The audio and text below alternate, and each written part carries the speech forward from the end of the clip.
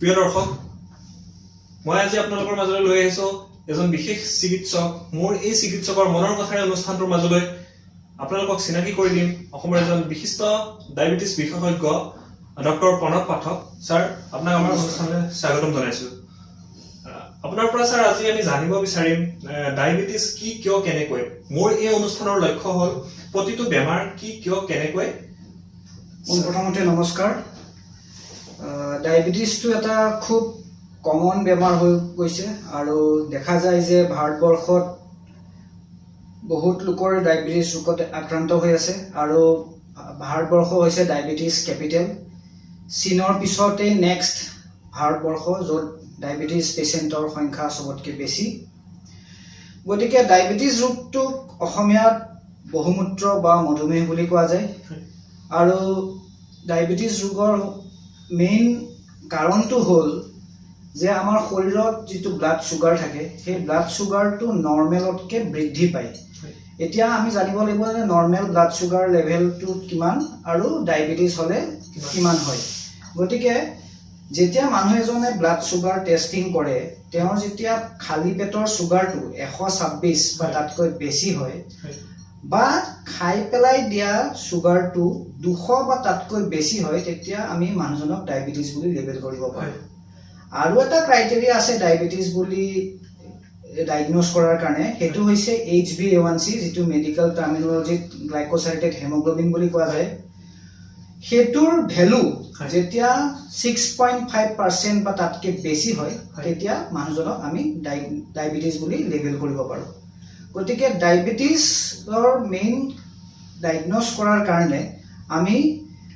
তেজৰ পৰীক্ষা কৰিব লাগে আৰু পেচাবৰো পৰীক্ষা কৰিব লাগে, যাতে আমি পেচাবত কোনো চুগাৰ আছে নাই সেইটো আমি গম পাব পাৰোঁ। মই প্ৰথমতে আৰম্ভ কৰিম আপোনাক ডায়েবেটিছৰ যদি কওঁ, ডায়েবেটিছ বুলি ক'লে প্ৰথম লক্ষণ কি কি হ'ব এজন পেচেণ্টৰ, সেইটো অকণমান ক'ব নেকি স্যাৰ? এতিয়া ডায়েবেটিছ যেতিয়া হয়, তেতিয়াহ'লে আমি পেচেণ্টজনৰ ক্ষেত্ৰত কিছুমান লক্ষণ দেখা পোৱা যায়, কিন্তু এইটো দেখা পোৱা যায় যে 50% মানুহৰ ক্ষেত্ৰত কোনো লক্ষণ নাথাকিবও পাৰে। এনেকুৱা পেচেণ্টটো বহুত আহে যোনে জাষ্ট ধৰক নৰ্মেলি চুগাৰটো চেক কৰিব আহে, এটা ৰুটিন চেকআপত বা এটা নৰ্মেল চেকআপ কৰিবলৈ আহে। তেওঁৰ চুগাৰ 300-400, তেওঁ তেতিয়া কয় যে মোৰতো কোনো লক্ষণ নাই বা মই একো অসুবিধা অনুভৱ কৰা নাই। গতিকে কেতিয়াবা তেনেকুৱাও দেখা যায়। গতিকে সেইটো বহুত দিগদাৰ হয় তেতিয়া মানে পেচেণ্টজনক বুজোৱা যে কেতিয়াবা ডায়েবেটিছটো আপোনাৰ লক্ষণ নোহোৱাকৈও আপোনাৰ শৰীৰত চুগাৰ মাত্ৰা বৃদ্ধি পাব পাৰে। কিন্তু যিবোৰ লক্ষণ সাধাৰণতে দেখা যায়, সেইবোৰ হৈছে আপোনাৰ ঘনাই পেচাব কৰিব লগা, ডিঙিটো শুকাই যোৱা, সঘনাই পানী পিয়া লগা, ভাগৰ লগা, কেতিয়াবা বুকুৰ ধপধপনি হোৱা, বা আপোনাৰ যদি শৰীৰত কিবা অংশত যদি ঘাঁ হৈছে সেই ঘাঁটো নুশুকোৱা, এইবোৰে সাধাৰণ কমন লক্ষণ যিবোৰ ডায়েবেটিছ পেচেণ্টত দেখা যোৱা হয়। কিন্তু সকলো মানুহৰ ক্ষেত্ৰত এইটোৰ প্ৰয়োগ নহ'বও পাৰে, কাৰণ দেখা যায় যে 50% মানুহত কোনো ধৰণৰ লক্ষণ নাথাকিবও পাৰে। আৰু এটা কথা এইখিনিতে মই ক'ব বিচাৰোঁ যে কিছুমান মানুহৰ চুগাৰ ধৰক যদি 300 হয়, তেওঁ এই লক্ষণবোৰ অনুভৱ কৰিব পাৰে, কিন্তু কিছুমান মানুহৰ আকৌ চুগাৰ ধৰক 500 বা 600 হ'লেও এই লক্ষণবোৰে দেখা নিদিব পাৰে বা তেওঁ কোনো ধৰণৰ এনেকুৱা লক্ষণ অনুভৱ নকৰিব পাৰে। গতিকে মানে মানুহ অনুযায়ী এইটো বেলেগ বেলেগ, আমি এইটো জেনেৰেলাইজ কৰি দিব নোৱাৰোঁ যে ইমানখিনি চুগাৰ হ'লে এনেকুৱা লক্ষণ দেখা দিব বা ইমানখিনি চুগাৰ হ'লে সেনেকুৱা লক্ষণ দেখা দিব। গতিকে মানুহৰ নিজৰ শাৰীৰিক জিন এটা থাকে, তেওঁৰ নিজৰ এটা এণ্টি বডি থাকে, তেওঁৰ নিজৰ এটা ইমিউনিটি থাকে। তো এই গোটেইখিনিৰ ওপৰত ভিত্তি কৰি পেলাই এই লক্ষণবোৰ বেলেগ বেলেগ মানুহৰ ক্ষেত্ৰত বেলেগ বেলেগ দেখা দিয়া যায়। এইখিনিতে ডায়েবেটিছটো স্যাৰ বংশগতভাৱে যাব পাৰে নেকি? হয়, ডায়েবেটিছ এটা বংশগত বেমাৰো হয়, সেইটো সত্য কথা। কিন্তু এনেকুৱাও হয় যে আৰু ডেফিনেটলি যিসকল মানুহৰ ঘৰত ধৰক মাক দেউতাকৰ ডায়েবেটিছ আছে, তেতিয়াহ'লে ল'ৰা ছোৱালীৰ ডায়েবেটিছ হোৱাৰ চান্সটো বেছি। কিন্তু এনেকুৱা নহয় যে ধৰক মাক দেউতাকৰ থাকিলেই যে হ'ব, তেনেকুৱাও কোনো কথা নাই। কিন্তু এজন নৰ্মেল মানুহ যাৰ ধৰক মাক দেউতাকৰ ডায়েবেটিছ নাই, তেওঁৰ ডায়েবেটিছ হোৱাৰ চান্সটো খুব কম। কিন্তু যদি ধৰক ককা আইতাকৰ আছিল বা মাক দেউতাকৰ আছিল, তাৰ লগত তেনেকুৱা ক্ষেত্ৰত এওঁলোকৰ ডায়েবেটিছ হোৱাৰ চান্সটো বেছি। আৰু এটা কথা মই এইখিনিতে ক'ব খোজো যে ডায়েবেটিছ এইবোৰ মানুহৰ তাত বেছিকে দেখা দিয়া যায় যিসকল মানুহ অলপ বেছিকে শকত অবেচিটি মোটাপা বুলি যিটো কোৱা হয় গতিকে আজিকালি দেখা যায় যে এই সৰু সৰু শিশুবিলাকো খুব ফাষ্ট ফুড খোৱা হৈছে 2 নম্বৰ কথা আগতে আমি বহুত শাৰীৰিক পৰিশ্ৰম কৰিছিলো বা বাহিৰত খেলা ধূলা কৰিছিলো আজিকালি ল'ৰা ছোৱালী বেছিভাগ সময় ভিডিঅ' গেম বা মোবাইল গেম খেলে গতিকে শাৰীৰিক পৰিশ্ৰমটো কমি গৈছে গতিকে আমাৰ যিটো মানে এটা চেঞ্জ এটা আহিছে এই লাইফষ্টাইল যিটো চেঞ্জ এই চেঞ্জটোৰ কাৰণে কিন্তু আজিকালি কম বয়সীয়া শিশুবিলাকৰো ডায়েবেটিছ জলদি মানে অলপ আগতীয়াকৈ আৰম্ভ হৈছে গতিকে সেইকাৰণে মই সকলো পেচেণ্টক সকলো ৰোগীক এইটো প্ৰতিবাৰেই তেওঁ যেতিয়া চেকআপত আহে এইটো কথা খুব গুৰুত্ব দিওঁ যাতে তেওঁ শাৰীৰিক পৰিশ্ৰমখিনি কৰে আৰু তেওঁ যিখন খাদ্য প্ৰণালী দিয়া হয় সেইখন যাতে তেওঁ মানি চলে গতিকে এইটো খুব ইম্পৰ্টেণ্ট আৰু ডায়েবেটিছ পেচেণ্টসকলক কি কি লক্ষণ হ'ব পাৰে সেইখিনি বুজাই দিয়াটো অতি আৱশ্যক স্যাৰ মই এতিয়া আপোনাৰ পৰা জানিব বিচাৰিছো কোনবিলাক পেচেণ্টক প্ৰি ডায়েবেটিছ বুলি কোৱা যায় এতিয়া আমি অলৰেডি ডিসকাস কৰি ডায়েবেটিছ কাক কয় এতিয়া নেক্সট আৰু এটা ইম্পৰ্টেণ্ট টপিক হেতু হৈছে প্ৰি ডায়েবেটিছ এতিয়া প্ৰি ডায়েবেটিছ হেতু ক্যাটেগৰীত পৰে যাৰ ডায়েবেটিছৰ হোৱা নাই কিন্তু তেখেতৰ সম্ভাৱনা আছে যে ভৱিষ্যত তেওঁ ডায়েবেটিছ হ'ব পাৰে গতিকে যিবোৰ মানুহৰ ব্লাড সুগাৰ লেভেল 100 পৰা 125ৰ ফাস্টিংটো থাকে বা যিবোৰ মানুহৰ ব্লাড সুগাৰ খোৱাৰ পিছত পিপিবিএছটো 140ৰ পৰা 199 লৈকে থাকে তো তেওঁলোকক প্ৰি ডায়েবেটিছ বুলি কোৱা হয় এই প্ৰি ডায়েবেটিছ লোকসকলক আমি অতি গুৰুত্ব দিয়াটো প্ৰয়োজন কাৰণ ভৱিষ্যত যদি তেওঁলোকে নিজৰ যদি ডায়েবেটিছটো কাৰণে যদি তেওঁলোকে শাৰীৰিক পৰিশ্ৰম নকৰে বা যদি তেওঁলোকে মিঠা আহাৰ গ্ৰহণ কৰি থাকে তেতিয়াহ'লে ভৱিষ্যত তেওঁলোক ডায়েবেটিছ হ'ব পাৰে গতিকে এইটো এটা প্ৰিভেন্টিভ ষ্টেজ যে আমি প্ৰি ডায়েবেটিছ বিলাকক ডায়েবেটিছ হোৱাৰ পৰা ৰখাব পাৰো আৰু সেই কাৰণে এই প্ৰি ডায়েবেটিক ক্যাটেগৰীটোক ট্ৰিটমেন্টৰ পিনৰ পৰা বা শাৰীৰিক পৰিশ্ৰম বা খাদ্য প্ৰণালীৰ বাবে কি প্ৰস্তুত কৰিব লাগে হেতু আমি বুজাই দিয়াটো অতি আৱশ্যকীয় যাতে তেওঁলোক ডায়েবেটিছ নহয় মই স্যাৰ জানিব বিচাৰিম কিছুমান আমাৰ পেচেণ্টে ভাবে যে সুগাৰ হৈছে সুগাৰ বাঢ়িছে লেবৰেটৰীত চেকো কৰে চেক কৰাৰ পিছত তেওঁলোকে ভাবে যে অলপমান সুগাৰ বাঢ়ি আছে আৰু সেই সময়ত এজন পেচেণ্টে তেতিয়া মনত অনুভৱ কৰে বা তেওঁলোকৰ নিজৰ এইটো জ্ঞান বা ধাৰণা যে সুগাৰটো কোনো ট্ৰিটমেন্ট কৰিব নালাগে তেওঁলোকে জাস্ট ডায়েট কৰিলে ডায়েট কন্ট্ৰোল কৰিলে হ'ল বা যিখিনি এক্সাৰসাইজ কৰিলে সেইখিনি কমি যাব স্যাৰ সেই ধাৰণাটো কিমান দূৰ সত্য বুলি ভাবিব পাৰি এটা এটা ভাল প্ৰশ্ন কিছু পৰিমাণে এই কথাটোৰ সত্যতা আছে মই একেবাৰে সত্যতা নাই বুলি নকওঁ কিন্তু সেইটো ডিপেন্ড কৰিব মানুহজনৰ সুগাৰ লেভেলটোৰ ওপৰত এতিয়া কাৰোবাৰ যদি সুগাৰ 150 হয় খালি পেটে বা খোৱাৰ পিছত যদি 200-250 মানলে যায় তেতিয়াহ'লে তেওঁলোকে যদি ডায়েট কন্ট্ৰোল কৰে বা তেওঁলোকে যদি শাৰীৰিক পৰিশ্ৰম কৰে তেতিয়াহ'লে তেওঁলোক আকৌ সুগাৰটো কমাৰ সম্ভাৱনা খুব বাঢ়ি যায় কিন্তু যিসকলৰ লোকৰ সুগাৰ অতিমাত্ৰা বেছি যেনেকৈ ধৰক ফাস্টিং আপোনাৰ 300 বা 400তকৈ বেছি বা খাই পেলাই চোৱা সুগাৰটো যিটো আমি পিপিবিএছ বুলি কওঁ সেইটো 500 বা 600 খুব হাই ৰেঞ্জ হয় বা 3 মাহৰ যিটো সুগাৰৰ এভাৰেজ HbA1c যিটো কয় সেইটো ধৰক 8 9 বা 10 বা তাতকৈ বেছি হয় তেতিয়া সেই সকল পেচেণ্টৰ কাৰণে অকল শাৰীৰিক পৰিশ্ৰম আৰু এটা নিয়মমতে ডায়েট আহাৰ ফলো কৰি পেলাই বেমাৰটো নিয়ন্ত্ৰণ কৰিব পৰা নাযায় গতিকে যেতিয়াই পেচেণ্টজনৰ সুগাৰ অলপমান হলেও বৃদ্ধি পায় মোৰ পেচেণ্টবোৰলৈ এটা অনুৰোধ যে তেওঁলোকে নিজৰ চিকিৎসকৰ পৰা পৰামৰ্শ লয় যাতে আগন্তুক তেওঁলোকে নেক্সট বেমাৰটো বৃদ্ধি নহবলৈ কি উপায় কৰিব পাৰে বা কি তেওঁলোকে প্ৰতিকাৰ ল'ব পাৰে মই এইখিনিতে এটা কথা স্যাৰ আপোনাক সুধিম এটা ডায়েবেটিছ বুলি ক'লে বহুতে জানে ডায়েবেটিছ বা ব্লাডত সুগাৰ বেছি হয় কিন্তু এক্স্যাক্টলি কি কাৰণে আমাৰ ডায়েবেটিছ হয় কোনটো অংগৰ পৰা কোনটো অংগৰ বিকল বা কোনটো কিহৰ লগত জড়িত ডায়েবেটিছটো কি বস্তু আমাৰ দৰ্শকক এবাৰ আপুনি খুলি ক'ব নেকি স্যাৰ এতিয়া ডায়েবেটিছটো মেইন কাৰণটো হৈছে যে আমাৰ শৰীৰত পেনক্ৰিয়াছ অগ্নাশয় নামৰ এটা অংগ আছে হি ইনসুলিন বনায় যেতিয়া আমাৰ শৰীৰত এই পেনক্ৰিয়াছে যিমানখিনি ইনসুলিন উৎপাদন কৰিব লাগে সিমানখিনি ইনচুলিন উৎপাদন নকৰে তেতিয়াহ'লে আমাৰ শৰীৰত ইনচুলিনৰ পৰিমাণ কমি যায় আৰু চুগাৰটো বৃদ্ধি পায় তেতিয়াহ'লে সেইটো ডায়েবেটিছ হোৱাৰ এটা মূল কাৰণ সেইটো হৈছে টাইপ 1 ডায়েবেটিছ আৰু এবিধ ডায়েবেটিছ আছে টাইপ 2 ডায়েবেটিছ বুলি কয় য'ত আমাৰ অগ্নাশয় বা পেনক্ৰিয়াছে ইনচুলিন বনায় কিন্তু সেই ইনচুলিনটো কাৰ্যক্ষমতাশীল নহয় তাৰমানে সেই ইনচুলিনটো পাৱাৰফুল নহয় অৰ্থাৎ ইনচুলিনটো অৰ্থাৎ ৰেজিষ্টেন্স থাকে গতিকে সেই ইনচুলিনে আমাৰ শৰীৰত যিখিনি চুগাৰ থাকে সেই চুগাৰটো কন্ট্ৰল কৰিব নোৱাৰে ইনচুলিনটো বনিছে ঠিকে আছে কিন্তু সেই ইনচুলিনটো শক্তিশালী নহয় কাৰ্যক্ষমতাশালী নহয় গতিকে সেই ইনচুলিন অলপ কম পৰিমাণেও বনিছে আৰু 2 নম্বৰ তেওঁৰ সেই ইনচুলিনবোৰ অলপ দুৰ্বল ইনচুলিন যাতে সেই ইনচুলিনে চুগাৰটো নিয়ন্ত্ৰণ কৰিব নোৱাৰে আৰু সেইটো হৈছে টাইপ 2 ডায়েবেটিছ গতিকে টাইপ 2 ডায়েবেটিছটোৰ হৈছে মোৰ কমন টাইপ 2 ডায়েবেটিছ বেছিভাগ 90% মানুহৰ টাইপ 2 ডায়েবেটিছ থাকে আৰু টাইপ 1 ডায়েবেটিছত কি হয় শৰীৰত একেবাৰে ইনচুলিন উৎপাদনই নহয় মানে পেনক্ৰিয়াছ বা অগ্নাশয়ে ইনচুলিন বনোৱা একেবাৰে বন্ধই কৰি দিয়ে কিন্তু আমাৰ টাইপ 2 ডায়েবেটিছটোত ইনচুলিন তৈয়াৰ হয় কিন্তু সেই ইনচুলিনটো শক্তিশালী নহয় আৰু সেইটো কাৰণে এইবোৰ পেচেণ্টক আমি টাইপ 2 কেটেগৰী বুলি কওঁ যিটো মোৰ কমন আৰু এবিধ ডায়েবেটিছ আছে সেইটোক কয়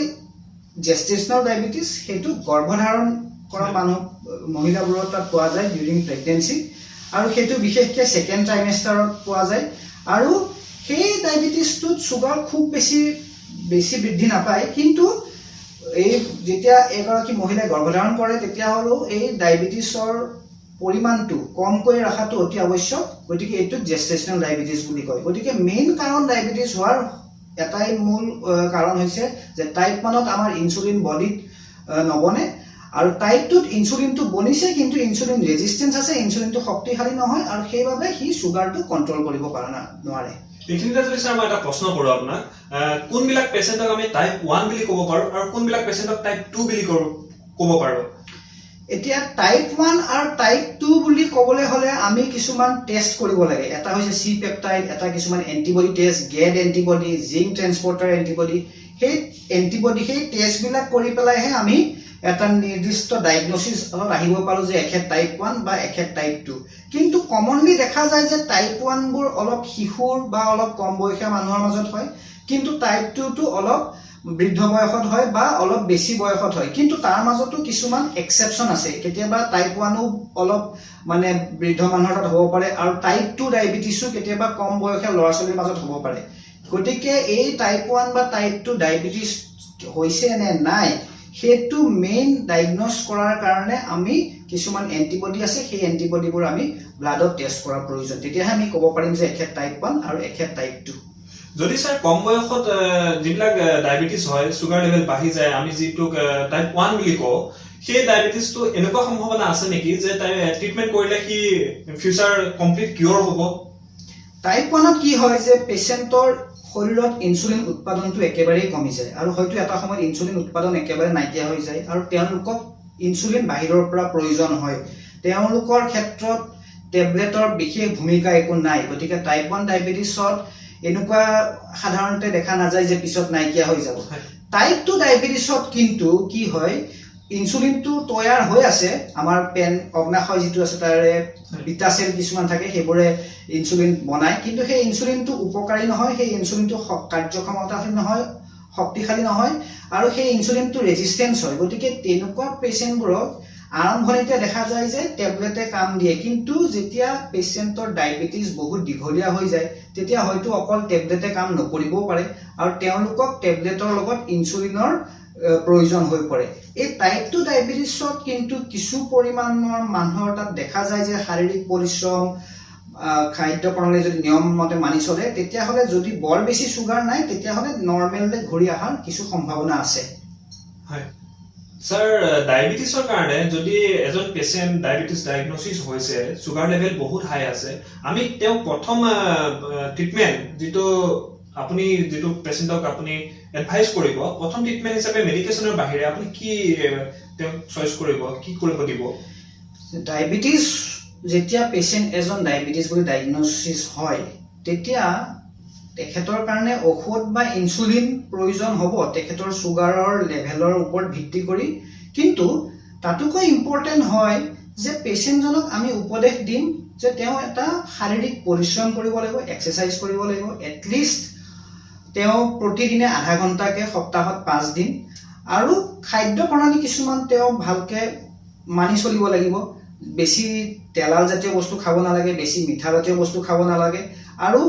বহুত দেৰিলৈকে একো নোখোৱাকৈও থাকিব নালাগে, কম পৰিমাণে সঘনাই খাই থাকিব লাগে। আৰু দেখা যায় যে যিসকল মানুহে বেছি বাহিৰা ফাষ্ট ফুড খায় বা খোৱাৰ তেওঁলোকৰ টাইমৰ বেভিজালি আছে, তেওঁলোকে সময়মতে নাখায় বা এবাৰতে বহুত বেছি খাই দিয়ে, তেতিয়া তেওঁলোকৰ কি হয়, চুগাৰটো খুব ফ্লাকচুৱেট আপ এণ্ড ডাউন হৈ থাকে। আৰু তেওঁলোকৰ ক্ষেত্ৰত দেখা যায় যে ডায়েবেটিছ কণ্ট্ৰল কৰাটো বৰ ইজি বা বৰ মানে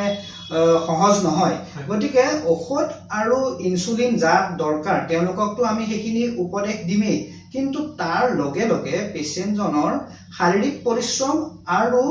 আহাৰটো, যিটো এটা ডায়েবেটিছ পেচেণ্টৰ বাবে যিখিনি বস্তু উপকাৰী, সেইখিনি আমি ভালদৰে বুজাই দিব লাগিব। কাৰণ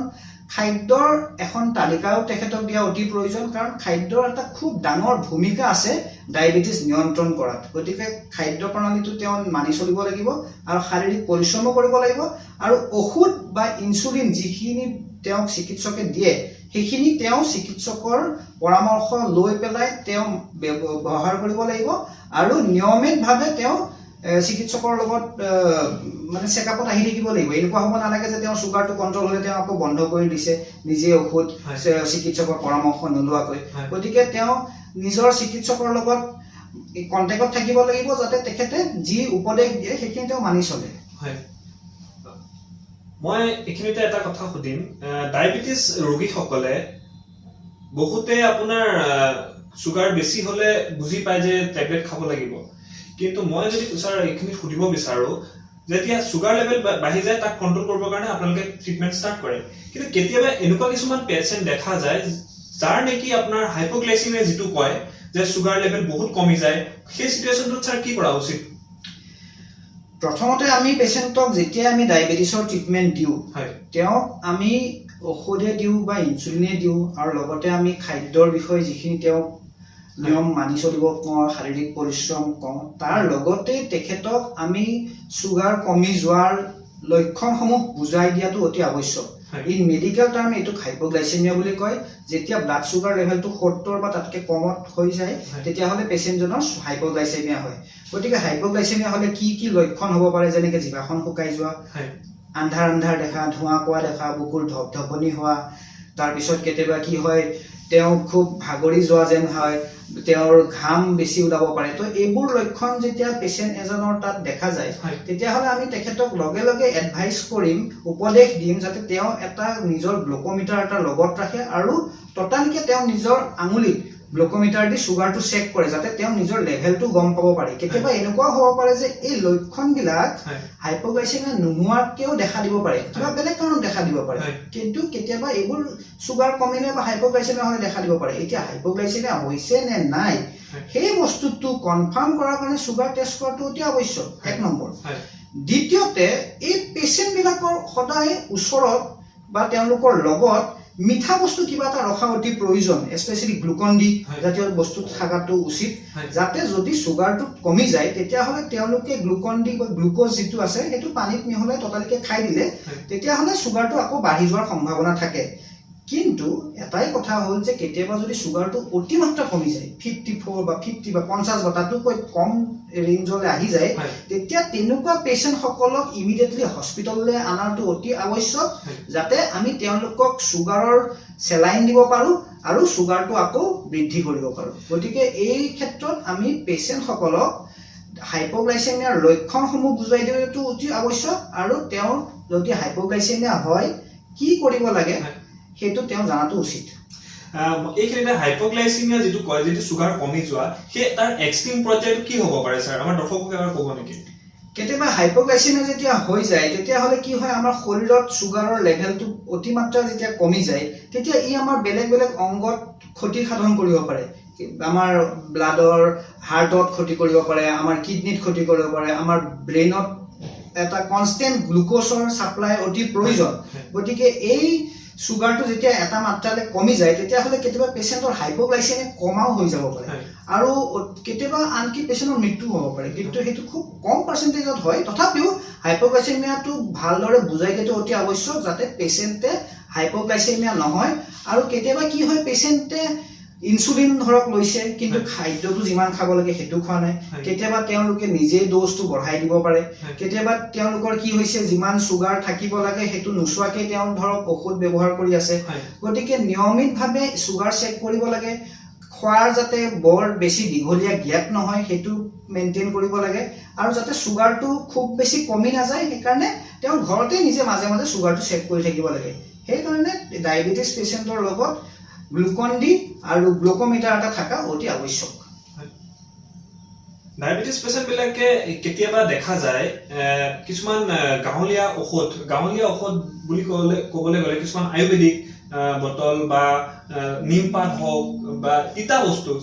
চিয়তা বুলি যিটো কোৱা হয় এনেকুৱা ধৰণৰ কিছুমান বস্তু খোৱা দেখা যায় সেই সময়খিনিত আপুনি সেইটোৰ ওপৰত কি মন্তব্য আগবঢ়াব ছাৰ বহুত সকল মানুহক দেখা যায় যে তেওঁলোকে কেতিয়াবা নিমপাত ব্যৱহাৰ কৰে বা তিতা কেৰেলা ব্যৱহাৰ কৰে এইবোৰৰ উপকাৰী গুণ আছে মই উপকাৰী গুণ নাথাকা বুলি নকওঁ কিন্তু কথাটো হ'ল যে এইবোৰে অকল এইখিনি ব্যৱহাৰ কৰিয়ে ধৰক অকল নিমপাত খায় বা অকল তিতা কেৰেলা খায় কিমান সুগাৰ কমাব পাৰি সেইটো কিন্তু ক'ব পৰা সঠিককৈ নাযায় গতিকে মই ভাবো যে পেচেণ্টসকলক যিখিনি ঔষধ দিয়া হয় বা যি ইনসুলিন দিয়া হয় সেইখিনি তেওঁ ব্যৱহাৰ কৰিব লাগে আৰু তাৰ লগত তেওঁ শাৰীৰিক পৰিশ্ৰম আৰু আহাৰটো মেইনটেইন কৰি পেলাই তেওঁ তিতাত নিজে যিখিনি খাবলৈ বিচাৰে বা যিখিনি তেওঁ ভাবে যে নিজৰ কাৰণে উপকাৰ হয় সেইখিনি তেওঁ গ্ৰহণ কৰিব পাৰে তাতে আমাৰ আপত্তি একো নাই খালি তেওঁ নিজে কিন্তু সুগাৰটো টাইমলি চেক কৰি থাকিব লাগে আৰু ডক্টৰৰ পৰামৰ্শটো ল'ব লাগে হয় কেতিয়াবা এনেকুৱা কিছুমান পেচেণ্ট দেখা যায় সুগাৰ বহুত মিঠা খাব মন যায় একজেক্টলি ক'ব গ'লে ডায়েবেটিছ পেচেণ্টখিনিৰ ছাৰ বেছি লোভটো বস্তুৰ প্ৰতি বেছি হয় নেকি কিন্তু কথাটো এইটো ছাৰ যেতিয়া আমি কেতিয়াবা মিঠা খাবলৈ মন যায় ডায়েবেটিছ তেওঁলোকে কি কৰা উচিত এই ক্ষেত্ৰত ষ্টেভিয়াক আপুনি যিটো আমাৰ আয়ুষ ষ্টেভিয়া কয় বা প্ৰাকৃতিকভাৱে যিটো হয় সেইটো কিমান দূৰ উপকাৰী বুলি ভাবে ডায়েবেটিছ হলে কিছুমান পেচেণ্টত এইটো বস্তু দেখা যায় যে তেওঁলোকৰ খোৱাৰ প্ৰতি এটা আকৰ্ষণ বেছি হয় তেওঁলোকৰ লোভ এটা বাঢ়ি যায় কাৰণ মানে তেওঁ আগতে নিয়মিতভাৱে মিঠা বস্তু খাই আছিল হঠাতে যেতিয়া আমি তেওঁলোকক গোটেইখিনি বস্তু বন্ধ কৰি দিওঁ গতিকে তেওঁলোকে হয়তো অলপমান মানে কষ্ট পাব পাৰে বা তেওঁলোকে প্ৰথম পৰ্যায়ত তেওঁলোকে বডিটো হয়তো এডজাষ্ট নকৰিবও পাৰে যে পটককে ইমানবোৰ মিঠা খাই আছিলো হঠাতে মোক ডক্টৰে সববোৰ বস্তু বন্ধ কৰি দিলে এতিয়া মোৰ কি হ'ব বা তেনেকুৱা নানান ধৰণৰ মনত ভাৱ ধাৰণাবোৰ আহিব পাৰে কিন্তু তথাপিও ডায়েবেটিছ সকলে মিঠা আমি ডাইৰেক্টলি খাব নিদিওঁ গতিকে আমি তেওঁলোকক এখন তালিকা দিওঁ সেই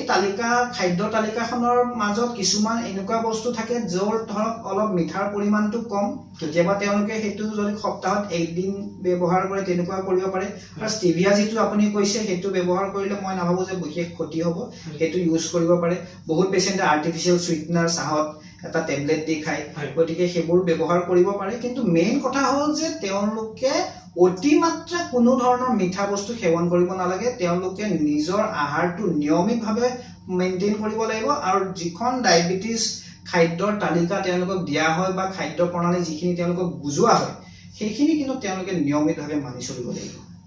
প্ৰিয় দৰ্শক এইখিনিতে মোৰ এটা ডাঙৰ প্ৰশ্ন আপোনালোকলৈ আগবঢ়াইছো যে ডায়েবেটিছ হলে বহুত মানুহে কি কৰে গুড় খায় সুগাৰ চেনিৰ সলনি গুড় খায় ভাবে যে গুড় খালে ডায়েবেটিছটো সুগাৰটো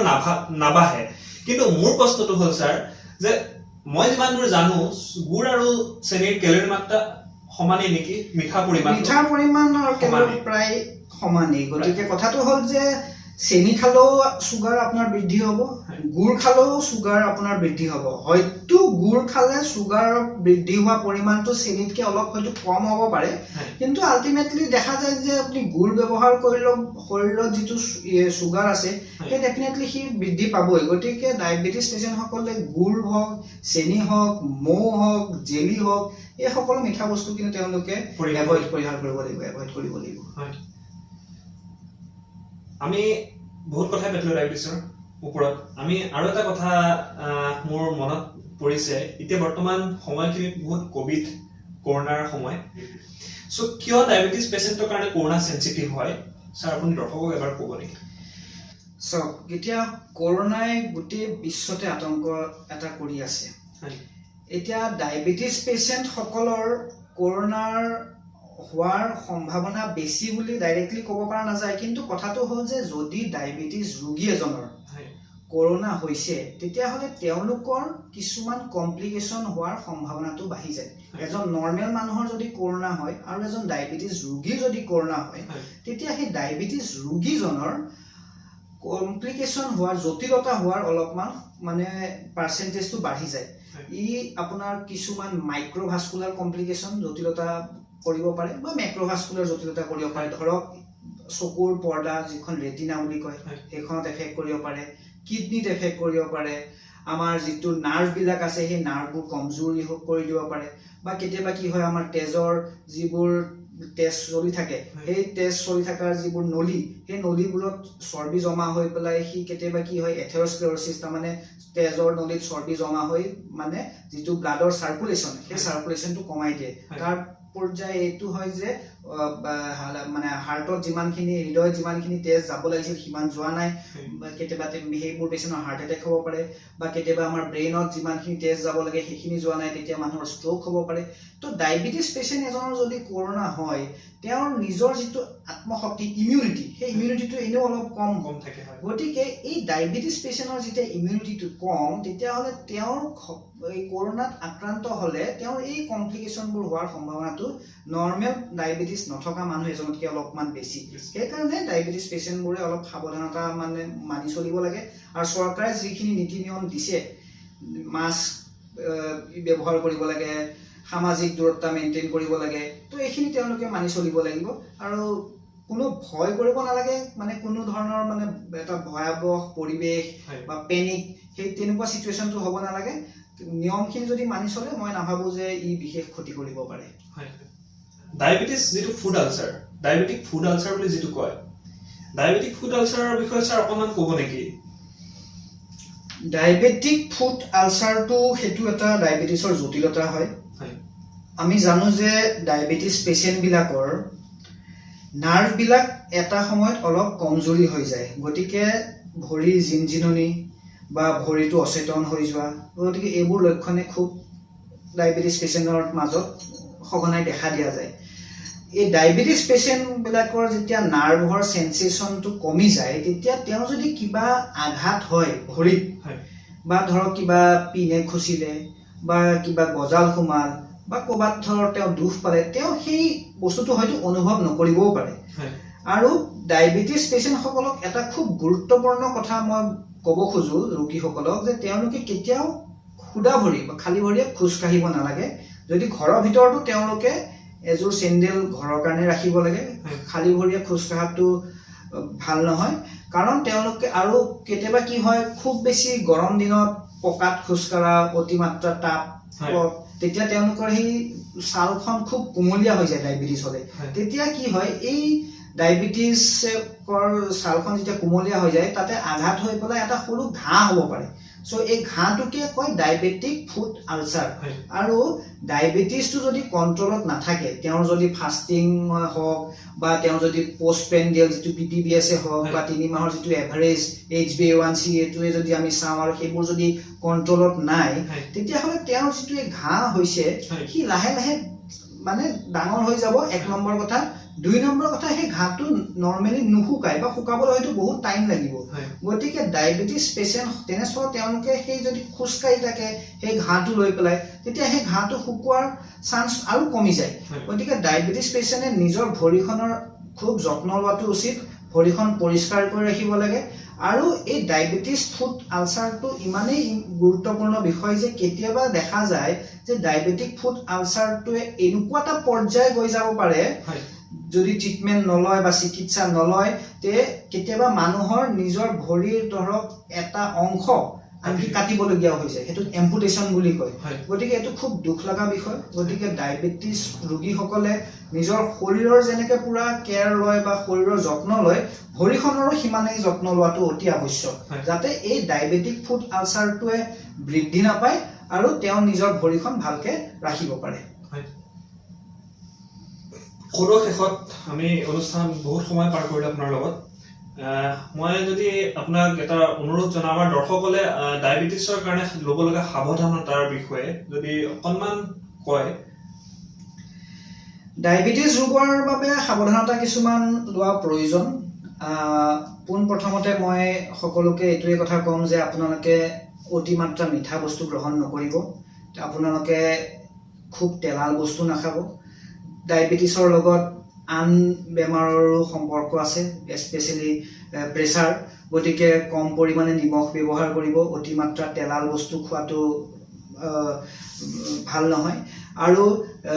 যিবোৰ বস্তুত বেছিভাগ চেনি বা গুড় বা বেছিভাগ ভজা বস্তু থাকে তেনেকুৱা বস্তুবোৰ এভয়েড কৰিব লাগে শাক পাচলি বেছি কৰি খাব লাগে আৰু অলপমান খোৱাটো এটা নিয়মিতভাৱে খাব লাগে যিটো আমি ৰাতিপুৱাৰ যিটো খোৱা যিটোক আমি ব্ৰেকফাষ্ট বুলি কওঁ সেই ব্ৰেকফাষ্টটো ভাল কৰি খাব লাগে আৰু ৰাতিৰ যিটো খাদ্য আমি খাওঁ সেইটো অলপ লঘু হ'ব লাগে বহুত দীঘলীয়াকৈ একো নোখোৱাকৈ থাকিব নালাগে কম পৰিমাণে অলপ বস্তু খাই থাকিব লাগে আৰু কোনো মিঠাই বা অতিমাত্ৰা মিঠা বস্তু গ্ৰহণ কৰিব নালাগে 1 নম্বৰ 2 নম্বৰ কথাটো হ'ল যে নিত্য